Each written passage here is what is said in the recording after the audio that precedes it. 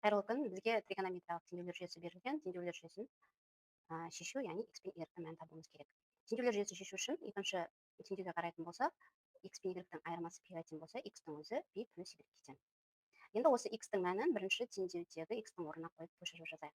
Сонда бізде синус пи плюс y минус синус y тең 0-ге. Енді бұл бізде келтіру формуласы бойынша синус пи плюс y-дің мәнін қалай анықтаймыз? Енді ол сізде формула есіңізде болса жақсы, ал егер есіңізде болмаса, мен мынандай нәрсені сізге айтайын.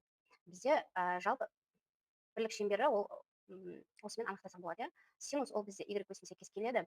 Енді пи бізде мына 0 градус, пи бөлінген 2, мынау пидің мәні. Пи.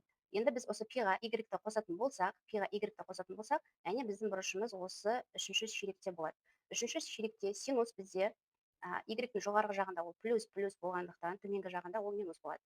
Енді синус пи плюс y дегенімізді ол ауысады ма, синус косинусқа жоқ па? Ол үшін пиге қарайық, мына жаққа қарайық 0-ге. Біз басымызды шайқаймыз, яғни синус өзгермейді, ал синустың мәні минус болып өзгеріп кетеді дейді. Яғни біз былай жазамыз: минус синус y теңдеудің жалғасы тең 0-ге.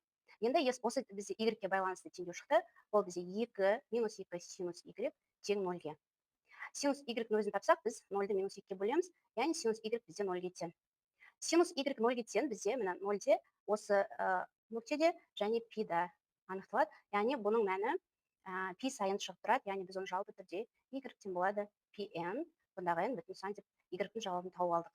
Енді x-тің жауабын табу үшін біз мына басындағы белгілі бағанға қоя қоямыз. Яғни x тең болады пи плюс пи n.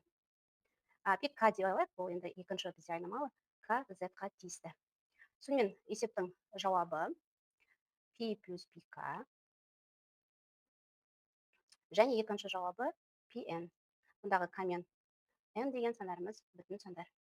Енді мен сіздерге осы есепке ұқсайтын осындай бір есепті ұсынамын, соның жауабын анықтап комментарийге салып кетсеңіздер болады. Назарларыңызға рахмет.